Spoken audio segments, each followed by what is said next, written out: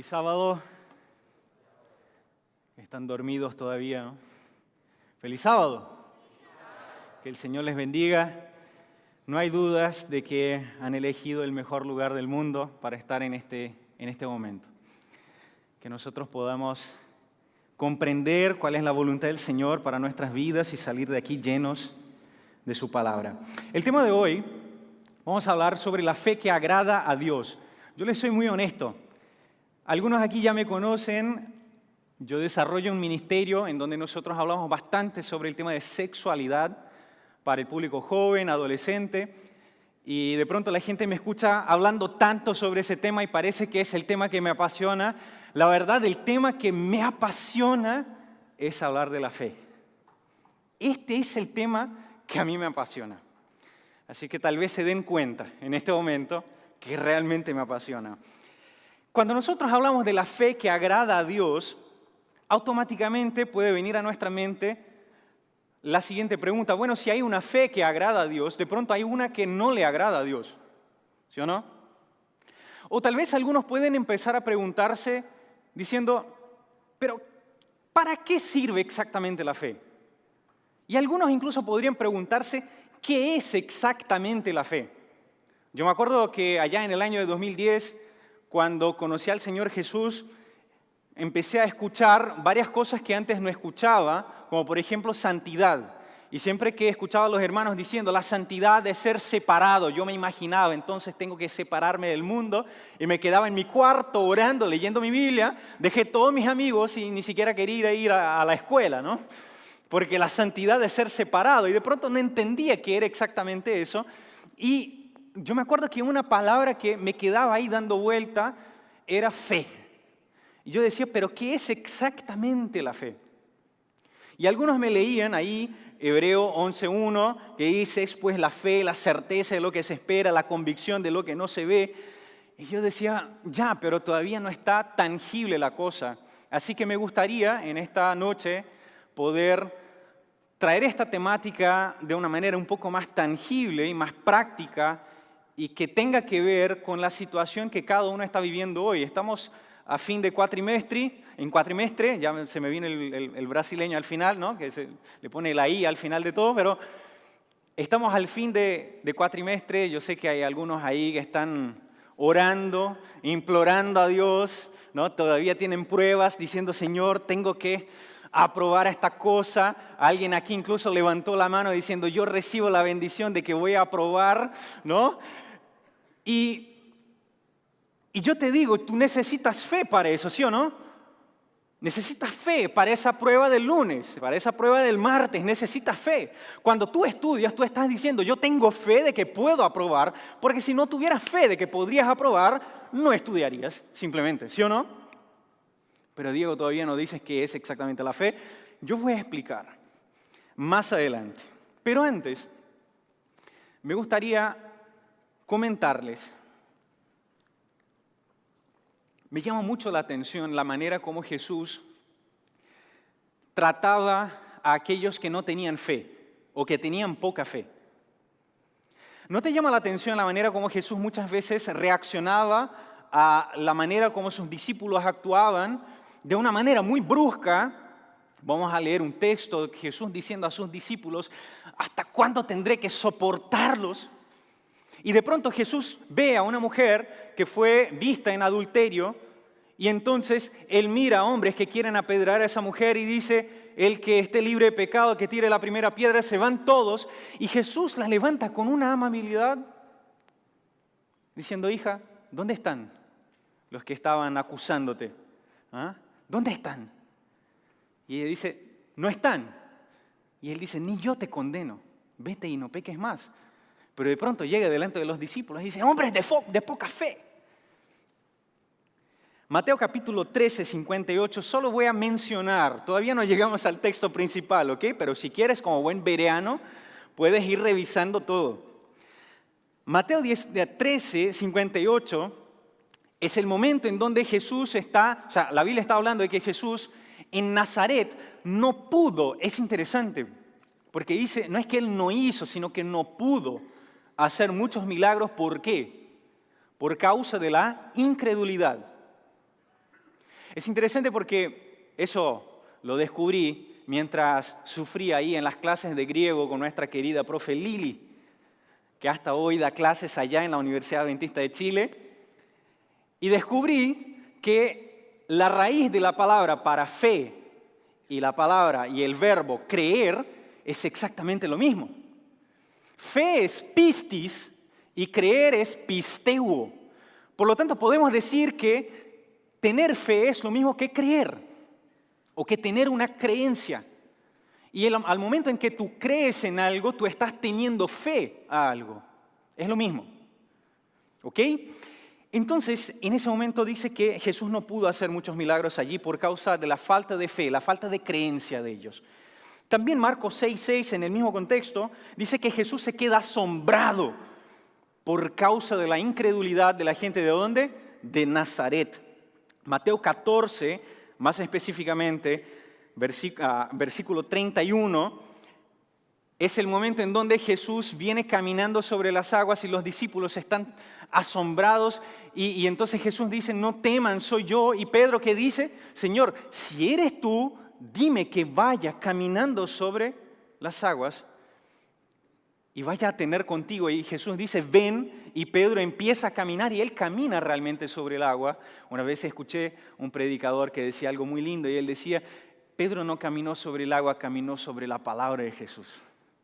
Y entonces dice que Pedro va caminando, pero de pronto empieza a escuchar las olas y ve los vientos y siente los vientos y pierde la atención, pierde la mirada en Cristo Jesús, empieza a ahondarse y entonces él dice, Señor, ayúdame, que me estoy ahogando. Y Jesús lo levanta y dice, hombre de poca fe, ¿por qué dudaste? Hombre de poca fe. Pero Señor, Pedro de los 12 fue el único que tuvo el coraje de decir, Señor, si tú dices que yo puedo ir, yo puedo ir. Y Pedro inició a caminar en dirección al Señor Jesús y logró caminar sobre el agua y cumplir lo que Jesús le estaba diciendo. Pero en el momento en que duda en su corazón, Jesús dice, poca fe. O pequeña fe, dependiendo de la versión. En Mateo 8, 26, es el momento en donde están todos los discípulos y Jesús dentro de un barco y dice que hay muchas olas y el barco está que se va a pique y Jesús está durmiendo y los discípulos desesperados dicen, Señor, no vamos a morir. Y Jesús despierta, yo trato de imaginarme siempre la escena, Jesús despertando, ¿no? Y el barco está, y las olas y el agua y etcétera. Y él dice, ¿por qué teméis, hombres de poca fe? Jesús parece ser muy duro con aquellos que tienen poca fe.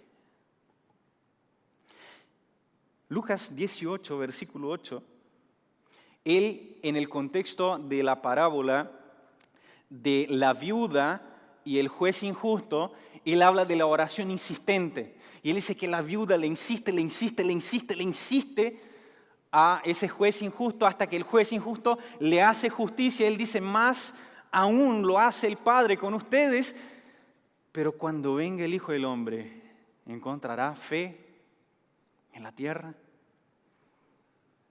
Tú te puedes preguntar hoy, cuando venga Jesús, ¿encontrará fe en mi corazón? Cuando venga el Señor Jesús, ¿encontrará fe en mi familia, en mi iglesia, en la iglesia de la UAP? Marcos 9, 14 a 29 es el texto que quiero que nosotros realmente profundicemos un poquito. Entonces, lo que nosotros vemos, y hay un texto que lo vamos a leer justo al final, que está en el contexto de Hebreos capítulo 11, que inicia explicando que la fe es esa certeza de una cosa que todavía no tocas, que no necesariamente has visto, pero tienes una convicción, una certeza de que se espera, es cierto que se espera.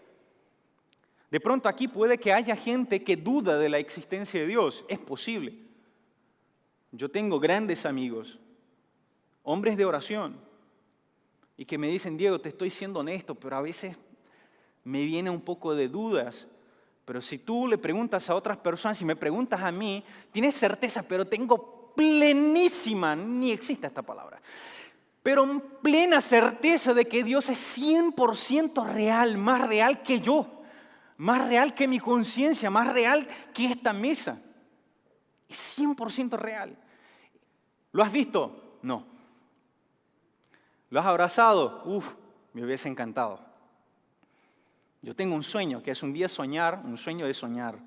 Algún día, por lo menos soñar con la segunda venida de Jesús. En el nombre de Jesús la veremos.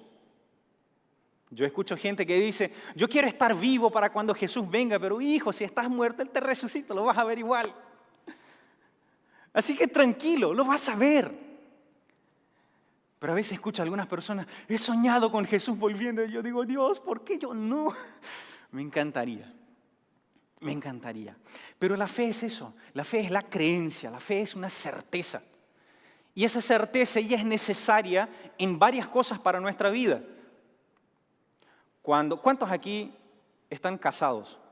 Déjenme ver las manos. A ver, ¿cuántos están, pero de novio de fecha de matrimonio? ¿Hay alguien aquí o no? Eso, bien, excelente. Hay una pareja, solo el chico levantó la mano. Yo creo que la chica tal vez no lo sabe todavía. Pero cuando se casen, ustedes van a decir un sí con una certeza, sí. El pastor va a decir tu nombre, aceptas a fulano y tú, sí, espérate que termine de hablar, por último. Aceptas, sí, acepto, dele, ¿no? Y lo haces con una convicción, con una certeza, es la persona, no, para el resto de mi vida. Pero la gran verdad es que nosotros, por más que tenemos esta certeza, no hay nada tangible que nos dé la seguridad de que esta persona te será fiel el resto de la vida, ni que tú le serás fiel el resto de la vida. Por lo tanto, ambos necesitan fe. Creer que la cosa va a resultar. Cuando tú inicias tu carrera, tú necesitas creer que la vas a terminar y que vas a trabajar y que vas a ser un buen profesional.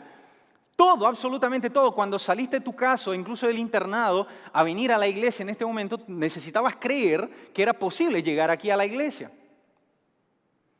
Y de pronto esa creencia está conectada a nuestra experiencia. Tú dices, yo puedo llegar a la iglesia en 5 minutos porque varias veces caminé hacia la iglesia en 5 minutos. Y tú tienes esa certeza, pero esa certeza está basada en una cosa, en una experiencia. Aquí estamos hablando de algo que nunca viste. Aquí estamos hablando de algo que nunca experimentaste. Esta es la fe que el Señor está buscando en ti. Necesitas fe para creer en Dios. ¿Qué dice el apóstol Pablo? Por gracia sois salvos. Por medio de la fe. La fe es la que conecta a ti con esa gracia de Dios de salvación. Pero también necesitas fe para las cosas del día a día. Y quiero profundizar un poco más en tu misión. Y el texto que vamos a leer aquí ahora tiene todo que ver con esto. Abre tu Biblia, Marcos capítulo 9, versículos 14 a 29. No vamos a leer todos los versículos por causa del tiempo, pero yo voy a introducir y algunos versículos específicos quiero que leamos, ¿ok? Básicamente, ¿cuál es el contexto? Jesús está en el monte de la transfiguración. Un momento hermoso, tan hermoso que Pedro dice, Señor, hagamos tiendas y quedémonos aquí. Hasta que viene la voz del cielo y dice, este es mi Hijo amado. Y es como que Dios le dijo a Pedro, cállate y escúchalo, ¿no? Y entonces se acaba la experiencia. A veces me da la sensación de que lo que hizo acabar la experiencia fue justamente que Pedro ingresara al medio de la conversación y dijera, hagamos tiendas. Y entonces bajan del monte de la transfiguración y cuando bajan, dice que hay una multitud y un montón de gente conversando, hablando. Y entonces cuando Jesús se acerca, Él básicamente dice, ¿qué es lo que está sucediendo? En el versículo 14 dice unos escribas que disputaban con ellos. Entonces sabemos que había allí escribas que eran fariseos y que estaban disputando con quiénes, probablemente con los discípulos, con los que se quedaron abajo, porque solo subieron 3 con Jesús, probablemente con otras personas que estaban allí. ¿Y qué estaban discutiendo? ¿Qué estaban disputando esta gente? Dice que cuando Jesús se acerca y dice, ¿qué está sucediendo? Viene un hombre, y ese hombre es clave en esta historia. Ese hombre se acerca, versículo 17, y dice, respondiendo uno de la multitud, dijo, Maestro, traje a ti mi hijo. Te traje mi hijo, Señor. Y dentro de la conversación le va a explicar qué era lo que le estaba pasando a ese hijo. Ese hijo estaba endemoniado y desde hacía muchos años el demonio lo tiraba en el fuego, después en el agua y trataba de matar a aquel niño. Y ese hombre desesperado trae a su hijo endemoniado y está buscando a Jesús. Pero cuando llega allí no está Jesús, pero están los discípulos. Es interesante porque algunos versículos, algunos capítulos antes, Dios ya había dado autoridad sobre los 12 discípulos para que ellos echaran demonios. Ellos ya tenían esa autoridad. Y entonces cuando el hombre dice, traje a ti, pero tú no estabas, y entonces se lo presenté a tus discípulos, y ellos no pudieron sacar el demonio. Y una vez más, cuando leas la Escritura, trata de entrar en la historia. Trata de entrar en la historia, trata de ver. Trata de cerrar los ojos y ver lo que estaba sucediendo. Y yo me imagino la cara del Señor Jesús que hace en el momento en que escucha, traje a tus discípulos mi hijo, pero no pudieron sacar el demonio. Y Jesús reacciona, bueno, yo no creo que Jesús reacciona, todo era muy bien calculado. Jesús no era alguien como nosotros que de pronto reacciona mal delante de las cosas para después decir, no debería haber reaccionado así. Jesús tenía todo muy bien calculado. Y entonces dice, versículo 19, ¿cómo dice él? ¡Oh, generación incrédula! ¿A quién está hablando Jesús? A sus discípulos. Aquellos que antes él había dado la autoridad para echar fuera cualquier demonio. Jesús entonces dice, ¡oh, generación incrédula! Y él sigue, ¿hasta cuándo he de estar con vosotros? Y él sigue, más duro todavía, ¿hasta cuándo he de soportar ustedes? ¿Hasta cuándo os he de soportar? ¿Te imaginas tú de rodillas en tu cuarto orando por algo específico y tú dices, oh, qué lindo, yo estoy tan cerca de Jesús, estoy tan cerca de Jesús, qué hermoso que es esto? Y entonces dice, Señor, háblame algo, dime algo, Señor, solo quiero escucharte alguna cosa. Y él dice, generación incrédula. ¿Hasta cuándo voy a tener que soportarte? ¿Cómo te sentirías? Y estamos hablando de gente que vio milagros e hizo milagros. Ellos tenían una misión. La fe es indispensable para que la salvación llegue a tu vida. La fe es indispensable para que el sacrificio de Cristo Jesús realmente cumpla su propósito en tu vida y tú puedas encontrarte con Cristo Jesús cuando Él vuelva. Amén. Nada de amén, ¿no? Qué bueno que tu salvación no depende de este amén. Entonces, pero aparte de eso, Jesús te dejó una misión. A todos nosotros nos dejó una misión. Al final, Mateo 28, por tanto, id a ser discípulos en todas las naciones, bautizando en el nombre del Padre, el Hijo y el Espíritu Santo, enseñándoles todas las cosas que yo los he enseñado. Es que he aquí que el Padre me ha dado toda autoridad y esta autoridad les doy a ustedes. Y entonces más adelante los apóstoles van a desarrollar la teología de la iglesia, en donde Cristo es el cabeza y la iglesia es su cuerpo. Cuando Cristo se acerca a Pablo y Pablo estaba persiguiendo a los cristianos, Jesús no dice, ¿por qué estás persiguiendo a mi iglesia? Él dice, ¿qué cosa? ¿Por qué me estás persiguiendo a mí? A veces escucho a algunas personas que dicen, no, pero la iglesia soy yo. Hermano, es imposible que tú seas la iglesia. Es posible que nosotros seamos la iglesia, pero que tú seas la iglesia es imposible porque no tienes todos los dones ¿Cómo lo haces? ¿Ah? Llegas aquí, cantas, oras, predicas y tú mismo te ves la predicación, ¿no? O sea, vas a la calle y predicas a otras personas, haces discipulado y... No. ¿Por qué somos nosotros la iglesia? Porque cada uno que está aquí presente tiene un don diferente o tal vez similar al del hermano que está al lado y todos nosotros necesitamos tener esos planes, o mejor, tener esos dones a servicio del reino de Dios. Todos nosotros. Digo, pero es que, no sé, yo quiero ser empresario, que tu empresa sirva al reino de Dios. No, es que, ¿sabes qué? Yo quiero, no sé, ser vendedor de alguna cosa, que sirvas al reino de Dios. Yo quiero ser médico, que sirvas al reino de Dios.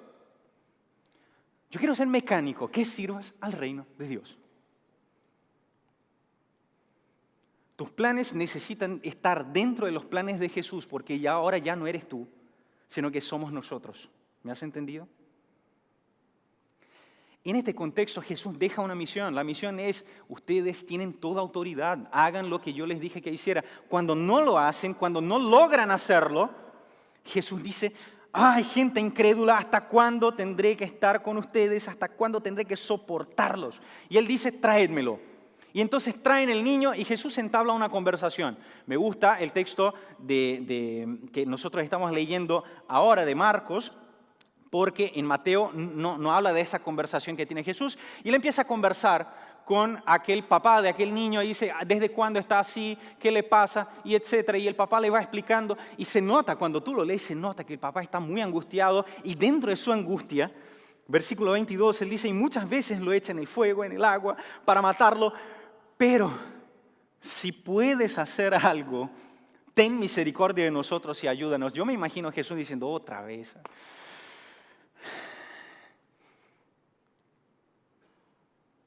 Tuve que retarles a mis discípulos, ahora te tengo que retar a ti, ¿no?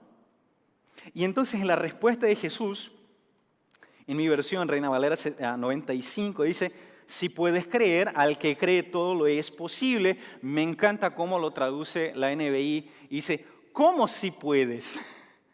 Jesús dice, ¿cómo eso si puedes? ¿Tú sabes delante de quién estás? ¿Tú sabes quién soy? Y si hay alguien que puede decir, tú sabes quién soy, este es Jesús, ¿ok? Y él dice, ¿cómo si puedes? Porque claro, si aquel hombre trajo al niño era porque él creía que Jesús podía, pero al llegar delante de sus discípulos, su iglesia, Jesús es el cabeza, ¿te acuerdas de esto? Y él llega ahora al cuerpo de Cristo, que son los discípulos, y presenta al niño. Traje a Jesús, pero ¿cómo no está Él? Yo sé que ustedes le pertenecen a Él, son sus discípulos. Y Él les dio autoridad para todo. Por favor, ayúdenme. Y los discípulos, sal demonio. No sale. ¿Qué hacemos? Cantamos un himno, cantemos un corito. Y nada de salir el demonio hasta que llega un momento en donde dice, mira, ¿sabes qué? No sé, nosotros no podemos, por algún motivo no podemos, no sé si estamos medio desconectados, el wifi está apagado, no sé qué es lo que está pasando, pero no podemos. Y de pronto la experiencia afecta la fe de ese hombre y cuando viene Jesús, él dice, bueno, si los discípulos no pudieron, bueno, ya estoy aquí, no cuesta nada de pronto pedirle al maestro. Y entonces él dice, Señor, si puedes hacer alguna cosa, ni siquiera dice echar el demonio, dice alguna cosa, por último que se calme el demonio, tal vez podría estar diciendo aquel hombre. Y Jesús dice, ¿cómo si puedes? ¿Cómo si puedes? ¿A ti te afectó también la falta de fe de esos mis discípulos? ¿Y cuál es la respuesta de Jesús? Al que cree, todo le es posible. ¿Qué es lo que está fuera de todo? Nada. Al que cree, todo le es posible. En el texto de Mateo, él va a hablar del que tiene la fe como un grano de mostaza. Algunos traducen como del tamaño de un grano de mostaza. No. El texto está hablando de calidad. Porque ya lo vimos en textos anteriores, que Jesús de pronto llamaba la atención a sus discípulos porque tenían pequeña fe o poca fe. No puede ser que ahora Jesús diga, no pasa nada si tienes una fe pequeñita como un grano de mostaza. No, está hablando de tamaño, está hablando de potencia, de posibilidad, de que un grano tan pequeño como este puede causar tanto fruto. Es de esto que está hablando Jesús, no del tamaño. Él no quiere que tengas pequeña fe. Él no quiere que seas un hombre o una mujer de poca fe. Él quiere que tengas mucha fe, porque eso sí le agrada. Y seamos honestos, la poca fe les desagrada. Eso a mí me asusta. Eso a mí me asusta, a mí. Porque digo, si tenemos fe, ¿por qué no avanzamos más? ¿Por qué no predicamos más? ¿Por qué más personas no conocen a Jesús? ¿Por qué más personas de pronto no bajan a las aguas del bautismo? Si creemos tanto, ¿por qué no hemos visto tal vez tantos milagros? ¿Qué es lo que está pasando? Jesús quiere que tú tengas mucha fe. Y aquel hombre responde y dice, creo, ayuda mi incredulidad. Es hermoso eso. ¿Sabes qué, Señor? Yo creo, algo creo, pero lo que no creo, eso que me falta todavía, a lo que tú esperas de mí, ayúdame. Y no pasa nada si hoy le dices a Jesús, Señor, no creo como debería creer, pero en eso que me falta de la fe, ayúdame.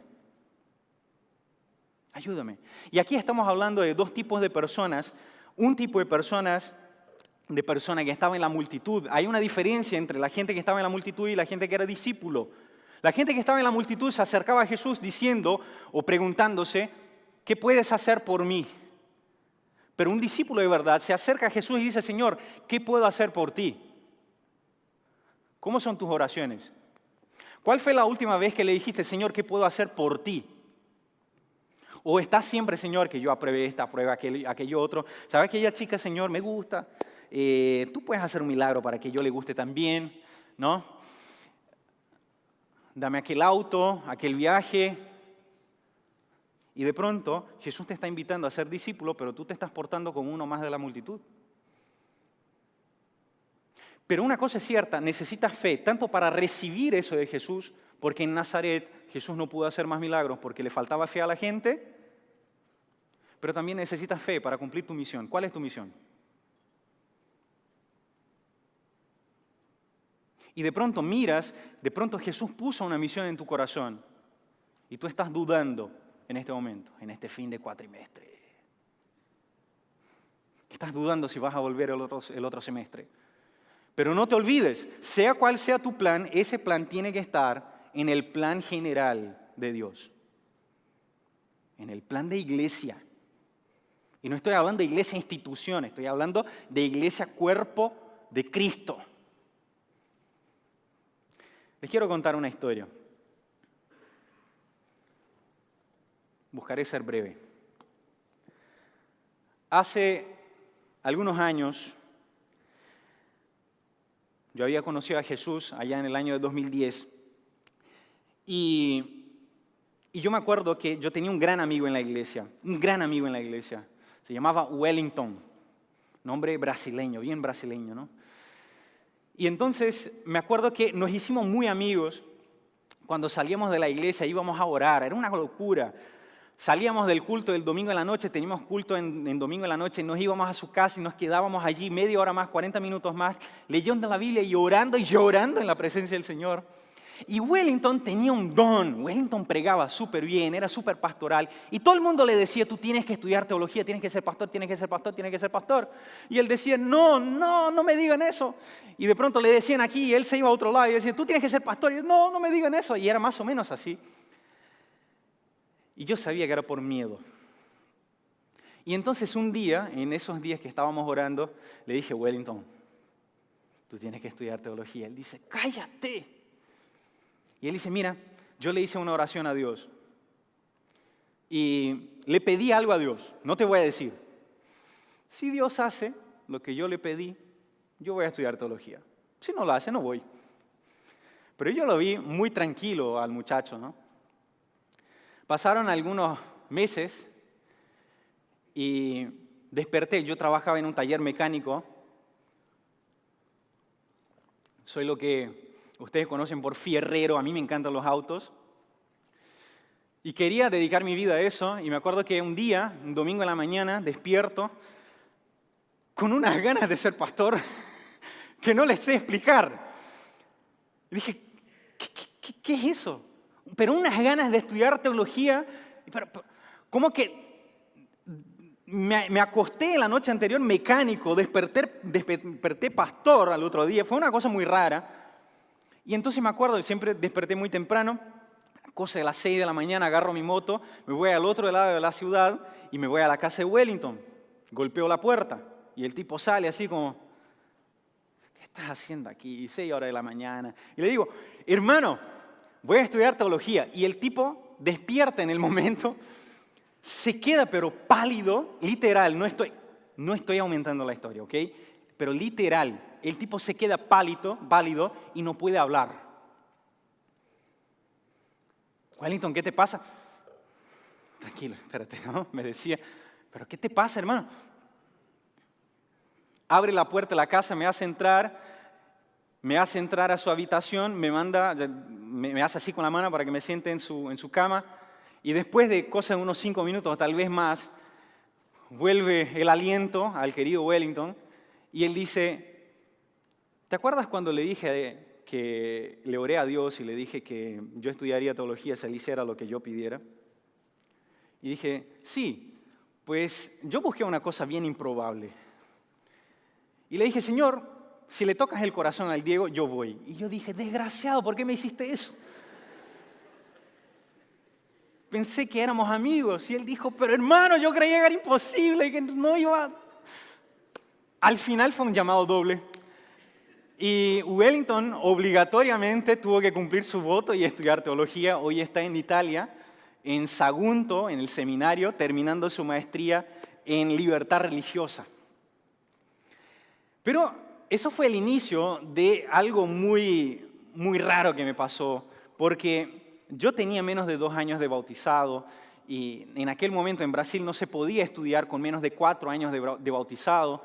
Y le dije, Señor, pero si tú me estás llamando, ¿cómo es la cosa? Hasta que un día un pastor me dice, ¿por qué no te vas a Chile a estudiar teología? Y le digo, así de la nada, ¿no? Nunca salí ni del noreste de Brasil, yo no conozco Sao Paulo.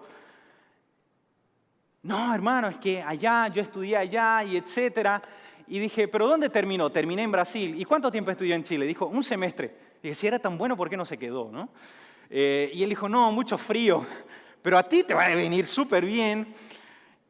La cosa es que digo, oré bastante al Señor y era una convicción que no sé explicarles. Era una cosa, ¿sabes? Cuando Dios te habla, Él insiste, es insistente. Haz tal cosa, haz tal cosa, haz tal cosa. Hazlo. Y pasa 1 semana, 2, 1 año, 2 años, 3 años y la cosa no se va de tu corazón porque Dios lo ha puesto.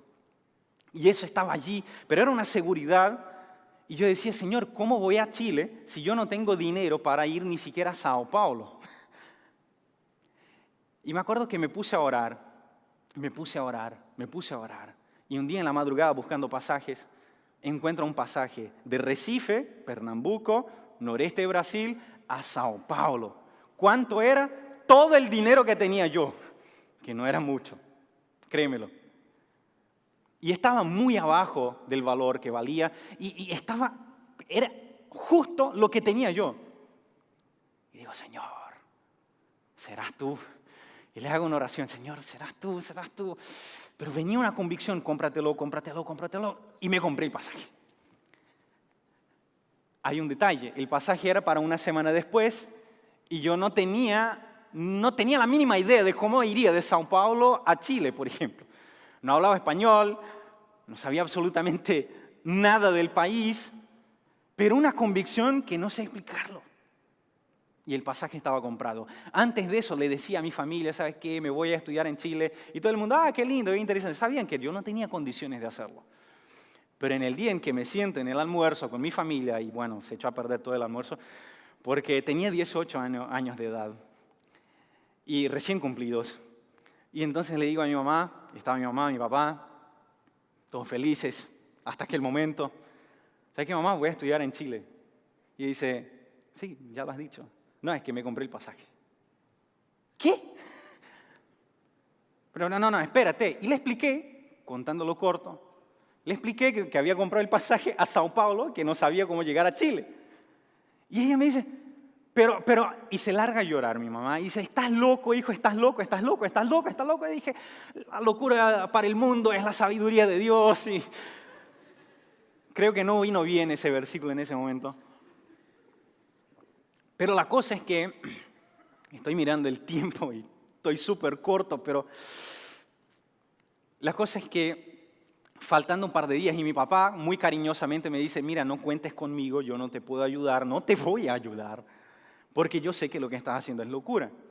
Pero faltando un par de días, llega mi papá a la casa, saca la billetera y de la billetera saca algunos reales, moneda brasileña, y me entrega, y no era poco en aquel momento, cosa de unos 3.000 reales, en aquel momento era... Y me entrega, y yo digo, ¿y esto qué? Y él dice, mira, fui al banco, cayó ese dinero en la cuenta, llamé a toda la gente que me debía y no fue nadie. Si no fue nadie, fue Dios. Y el que cree en Dios aquí eres tú, ¿no? Así que tómatelo. Le miré y dije, ¿no te dije que iba a Chile? Te dije, Dios me dijo.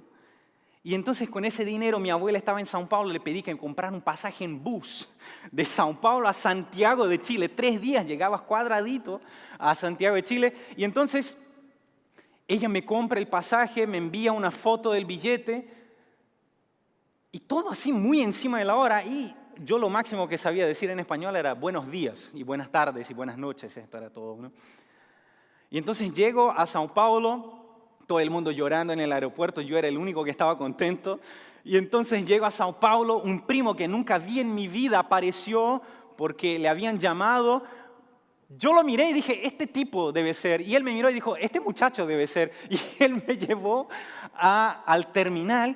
Llego al terminal y digo, va a haber un montón de brasileños dentro del bus y me van a ayudar con el tema del idioma. Y entro y yo estaba en duda si estaba en el bus de Chile o el bus de China, ¿no? Porque hablaban como metralladora, y yo no entendía absolutamente nada. Y digo, bueno, pero las cosas, va a salir todo bien. Y entonces vamos el viaje. Pasamos por dentro de Argentina. Y cuando vamos llegando ya al paso de Argentina a Chile, la señora que estaba a mi lado empieza a aventurarse a hablarme en su portuñol y yo en mi portugués, hablando los dos lentos. Ahí como que nos íbamos entendiendo. Y ella me dice, ¿tú a dónde vas? Y yo le digo, no, si yo voy a estudiar teología. Ah, ¿vas a ser cura? No, la verdad es que no. Voy a la Universidad Adventista. Y dice, de los dentistas, pero no era teología, no, de los adventistas. Y ella dice, ¿y dónde queda esa universidad? Y yo como brasileño que no hablaba español, yo leía la palabra así. Los chilenos se van a reír, ¿no? Siempre se ríen. Yo decía, me voy a Chillán. Es Chillán. Pero como en portugués no existe doble L, pues Chillán para mí, ¿no? Y la señora me queda mirando y yo le decía, no me mira así, no me mira así. No, yo sé que existe la ciudad, yo vi en el mapa. Y ella dice, yo no sé dónde queda. No, señor, usted sabe dónde queda. Me dijeron que hay buses a cada 15 minutos. Yo no sé dónde queda. Y yo dije, Dios mío, ¿era Chile o China eso? Y entonces digo, pero ¿qué pasa? Y entonces la señora empieza a tratar de ayudarme. Ella estaba preocupada. Yo tenía 18 años, estaba en otro país, no hablaba el idioma. Y entonces ella me empieza a hacer preguntas, ¿dónde queda? ¿Cómo es? Y yo la información que sabía, en aquel momento no era tan fácil tener un smartphone. Y entonces ella se queda así pensando y yo preocupadísimo. Y ella dice, espérate, ¿esa ciudad está al sur o al norte de Santiago? Yo digo, al sur. Eso vi en el mapa. Está al sur. Hace bastante frío allá, me preguntaba la señora. Dije, sí, hace frío. Es que no sabes pronunciar el nombre de la palabra. Dije, sí, menos mal. No te vas a Chillán, hijo, te vas a Chiloé. Y los chilenos se van a reír. Pasa que Chiloé está, como dicen en Chile, en la punta del cerro. Es al extremo sur de Chile. Chillán está a 5 horas de Santiago. Chiloé está a creo que más de un día. Y es una isla más encima. Y entonces digo, pues a buscar un pasaje a Chiloé, ¿no? Y entonces bajamos en el terminal y yo no sabía, no entendía lo que estaba pasando. Y empezamos a buscar pasaje a Chiloé, eso ya era casi la medianoche. Y menos mal, no había un pasaje a Chiloé en aquel momento. Y entonces la señora me queda mirando, preocupadísima, y me dice, ¿qué hago? ¿Qué vas a hacer, hijo? Y dije, bueno, yo he sido colportor, me quedo a dormir aquí en el terminal. Y entonces, los chilenos, una vez más allí, en el terminal de Santiago no se puede dormir porque aquí se cierra en la noche. ¿Qué vas a hacer, hijo? ¿Tienes para un hotel? Dije, mire, por el precio de los pasajes que me han dicho, que me habían dicho antes que eran 5,000 pesos y ahora vienen con 100 tantos mil pesos. Si me voy a un hotel, no voy a Chiloé, señora. Y me dice, no sé qué hago contigo. Y la señora se queda bastante preocupada y dice, yo te llevaría a mi casa, pero lo que pasa es que tengo toda mi familia allí, la casa está llenísima. Y pasa un caballero al lado. Y ubicaba a la señora. Y él nos mira a la señora, la saludó y entonces volvió. Él se dio cuenta que algo estaba mal. Y dice, ¿está pasando algo? Y entonces la señora le empieza a explicar en chileno, yo no entendí muchas cosas. Y entonces dice, prácticamente este muchacho tiene 18 años y se vino a Chile, no sabe hablar español. Y tiene que irse a Chiloé y no tiene dónde quedarse. El caballero me mira y dice, vamos a mi casa. El caballero era medio raro, no quiero dar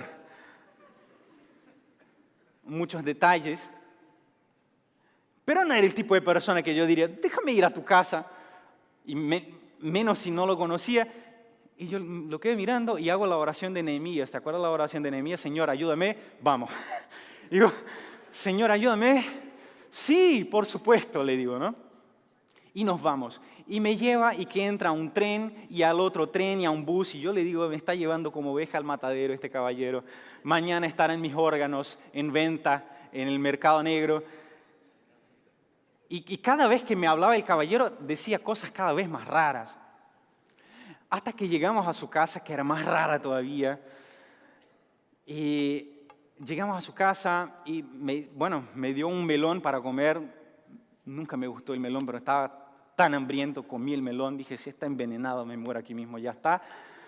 Me como el melón y él me dice, mira, te presento la habitación. Ok, y era en un segundo piso. ¿Sabes? Esos pisos de madera que va subiendo. Yo estaba dentro de una película de terror, dentro de la película. Y entonces digo, ok, bueno, y vamos subiendo. Y el caballero, mientras vamos subiendo, él me dice, ¿te da miedo dormir solo? Y yo le digo, a mí me encanta dormir solo, ¿sabe qué? Cuando yo me case, quiero tener una habitación solo para mí, la verdad. No me gusta dormir con nadie. Y entonces, él dice, no, tranquilo, yo creo que le entendió. Y él dice, no, te explico. Y abre la puerta de la habitación y pareciera que estaba esperando a una persona. Y estaba allí un vasito con agua, un pañito blanco arriba, una botella con agua, un pañito blanco arriba. La cama, pero así, pareciera que estaba planchada. Y la habitación estaba impecable. Y él me dice, no, lo que pasa es que en esta habitación yo fui operado de mi rodilla por unos espíritus brasileños. Y ellos se quedaron aquí, o sea, era el pacto, ¿no? O sea, ellos se quedaban y yo me quedaba con la buena rodilla. Yo dije, Señor, no puede empeorarse, mejor me quedo con el caballero. Casi le digo, ¿puedo ir a dormir en su habitación? Y digo, Dios mío, ¿por qué solo se empeora? Y entonces me empiezo a preguntar, Señor, era cosa de mi cabeza, no es posible. ¿Por qué me vine a este lugar? Y le digo, ya, no hay problema. Cierro la puerta y me quedo en duda. ¿Le pongo llave o no pongo llave, no? O sea... Y me acuerdo que me arrodillo y hago una oración. Y digo, Señor, tu nombre es poderoso, tú eres poderoso. No hay nada ni nadie más poderoso que tú. No hay espíritu ni brasilero, ni chileno, ni argentino.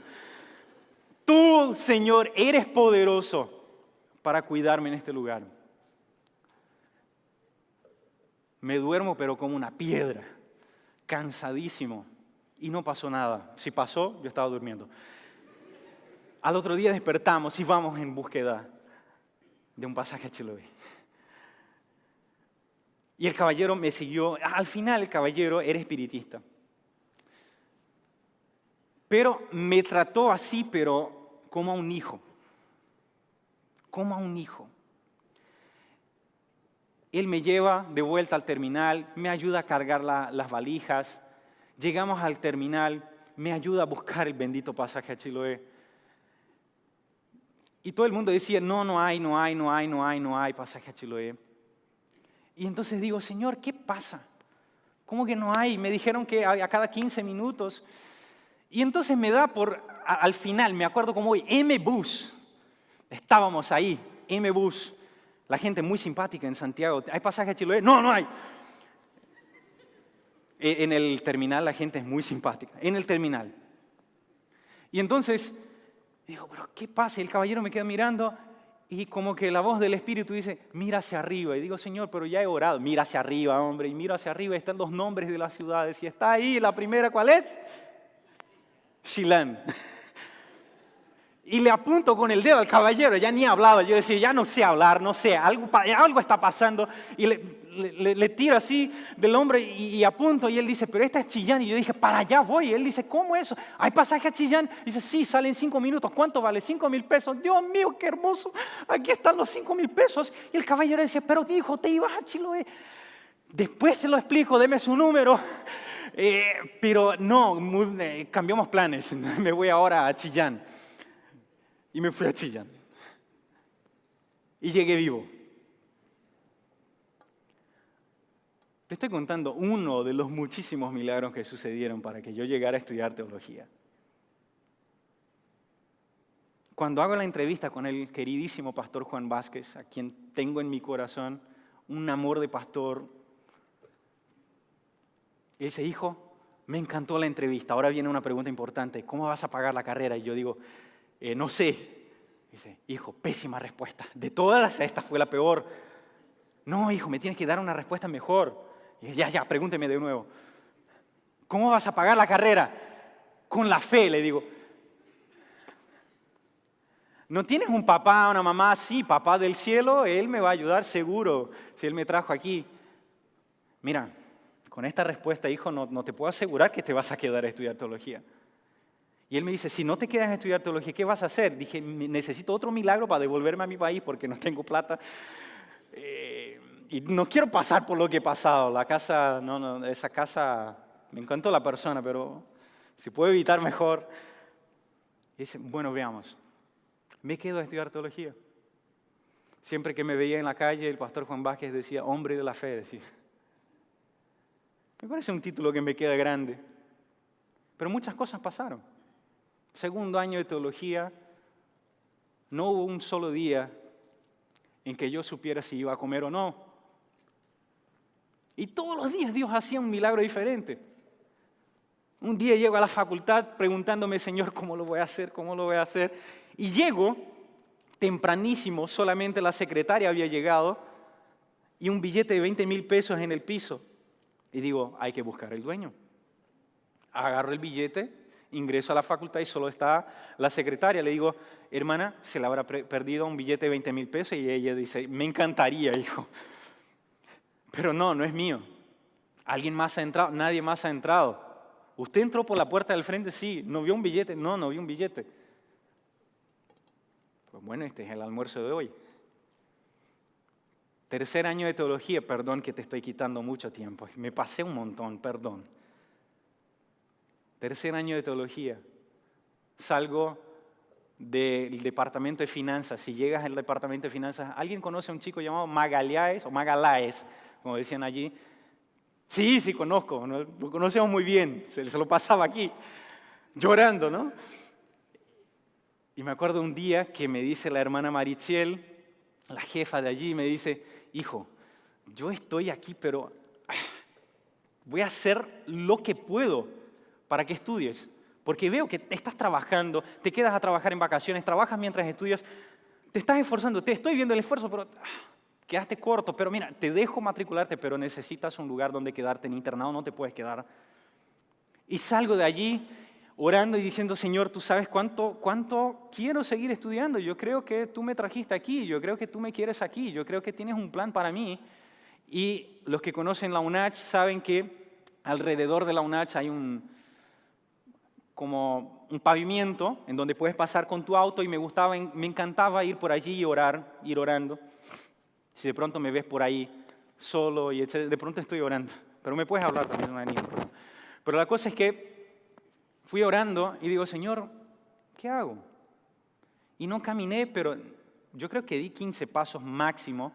Viene una hermana que me vio una única vez porque almorcé en su casa, porque un amigo del amigo de ella me invitó. O sea, yo llegué y ella me mira y dice, ¿quién eres? ¿No? Me vio una pura vez. Y entonces ella me ve, no había nadie en la universidad, era febrero. Y ella pasa con el auto, baja el vidrio, dice, Dieguito. Digo, sí, me acordé de ella.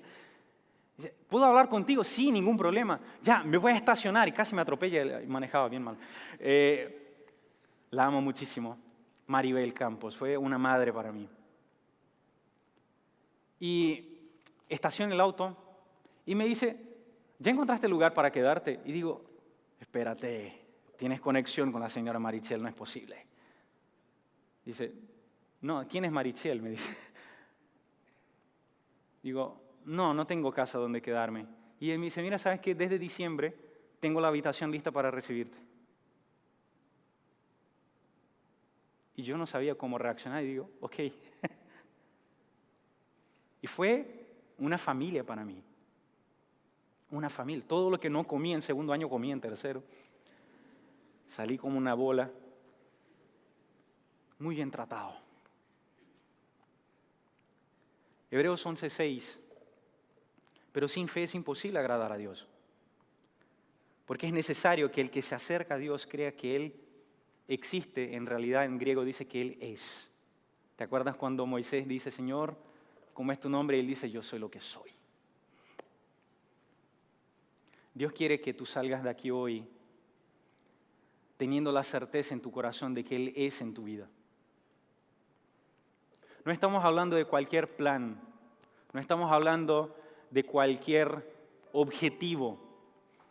Estamos hablando de ese objetivo que Dios plantó en tu corazón y que Él plantó en tu corazón para que tú cumplas parte del propósito de esa iglesia maravillosa en donde Él es la cabeza. ¿Qué es esa cosa que está quemando en tu corazón y estás dudando? Yo sé que estás dudando. Estás dudando de pronto cambiar de carrera. No te estoy diciendo que no puedes hacerlo. Pero ¿te has preguntado si de pronto eso lo ha puesto Dios en tu corazón? ¿O si eres tú solamente dudando? ¿Le has preguntado a Dios? El otro día, una muchacha aquí en la villa me habla y dice, quería hablar contigo porque escuchó una de mis prédicas sobre fe. ¿Sabes qué? Yo estoy estudiando una carrera y etcétera, estoy terminando la carrera, pero siempre he sentido el sueño de estudiar medicina y entonces vienen los peros. Pero es que mi familia, pero es que el dinero, pero es que esto, pero es que aquello. Dije, hija, ¿desde cuándo está eso en tu corazón? Varios años. ¿Eso podría estar en tu corazón porque sí? Yo he entendido con la experiencia con el Señor de esa fe que de pronto no ves qué es lo que viene después, pero es una convicción que no sabes explicar. Yo he entendido que de pronto Dios planta en tu corazón algunos proyectos, algunos sueños y no son tuyos. Ya lo dice la palabra, tanto el querer como el hacer, ¿de dónde viene? Del Señor. Pero de pronto tu incredulidad, tu falta de fe, te está haciendo en este momento pensar, dudar y decir, creo que no, es muy difícil, muy complicado, muy complejo, falta esto, falta aquello. Pero tienes que hacer como Pedro. Señor, si eres tú, Señor, si eres tú vas a dar una palabra y yo voy a caminar sobre el agua como estás haciendo tú. Los discípulos tal vez lo miran y dicen, estás loco, tú no puedes hacer eso, tal vez lo pensaran. Y dicen, no, cállate. Si Él es Jesús, si el que viene es Jesús, y lo que Él me está diciendo es verdad, Él va a dar una palabra y yo voy a caminar sobre el agua. Y Jesús dice, ven Pedro. Y Pedro dice, ni lo dudo. Y por lo menos puede decir, cuando los discípulos dijeron, pero dudaste, pero yo caminé, ¿eh? Tú no. No dudes. Dile al Señor, Señor, ¿es tuyo esto? ¿Es tuyo este incómodo que hay aquí en mi corazón y que insiste? Y no sé lidiar con esto. Voy a dormir pensando en esto, despierto pensando en esto. Todo lo que hago, todos los planes de mi vida, siempre viene esta cosa que es costosa, que es difícil, que no sé cómo hacerlo, que tal vez está al otro lado del mundo, que tal vez le dijiste al Señor, Señor, dame hoy en el culto la respuesta. Dile al Señor, grítale, como hizo Pedro, Señor, si eres tú, yo voy a hacer lo que es imposible. Porque no soy yo. No importa lo que diga la física, no importa lo que digan las finanzas, tu bolsillo y tu cuenta bancaria. Señor, si eres tú, yo lo voy a hacer. ¿Quieres decirle sí al Señor hoy? Diego, pero no sé cuál es el proyecto, no importa. Dios ya te mostró, tal vez no te diste cuenta. Pero yo te quiero decir, todos los que están aquí presentes en este momento, todos, Dios tiene un plan muy específico para ti. Tal vez te va a costar.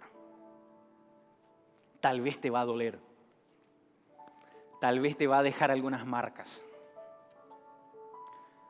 Te digo esto no para desanimarte. ¿Eres cristiano, sí o no? La Biblia dice que el que cree en Dios, aunque muera, vivirá. Tal vez te cueste la vida, literalmente. Pero si Dios plantó en tu corazón, no le digas no. ¿Le quieres decir sí al Señor? Ponte de pie y vamos a orar.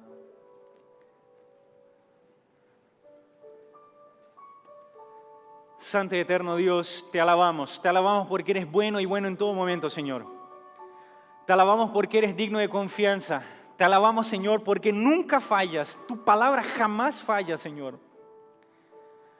Te alabamos porque de pronto pierdes la paciencia con nuestra falta de fe, como hizo el Señor Jesús. Es muy posible, incluso probable, que nos hayas mirado en algún momento y hayas dicho, ¿hasta cuándo tendré que soportar esta falta de fe? Sabemos cuánto te desagrada, Señor. Pero hoy nosotros queremos salir de aquí con la fe de aquellos hombres de la galería de la fe de Hebreos 11. Con la fe inicial de Pedro, que dijo, Señor, si das una palabra yo puedo caminar sobre el agua. O tal vez con la fe de aquel hombre, del papá de aquel niño que dijo, Señor, yo creo, pero ayúdame en mi incredulidad. Es decir, Señor, yo creo, pero entiendo que no creo lo suficiente, pero lo que me falta de fe, dámelo tú, Señor. Yo sé que puedes hacerlo. Ayúdanos, Señor, en nuestra incredulidad. Ayúdanos, Señor, con esos planes que has puesto en nuestros corazones. Y no lo estamos cumpliendo porque dudamos, porque tememos, porque estamos mirando el tamaño de las olas y la velocidad del viento. Ayúdanos a creer, Señor. Y que salgamos de aquí hoy con la fe que te agrada a ti. En el nombre de Jesús. Amén, Señor.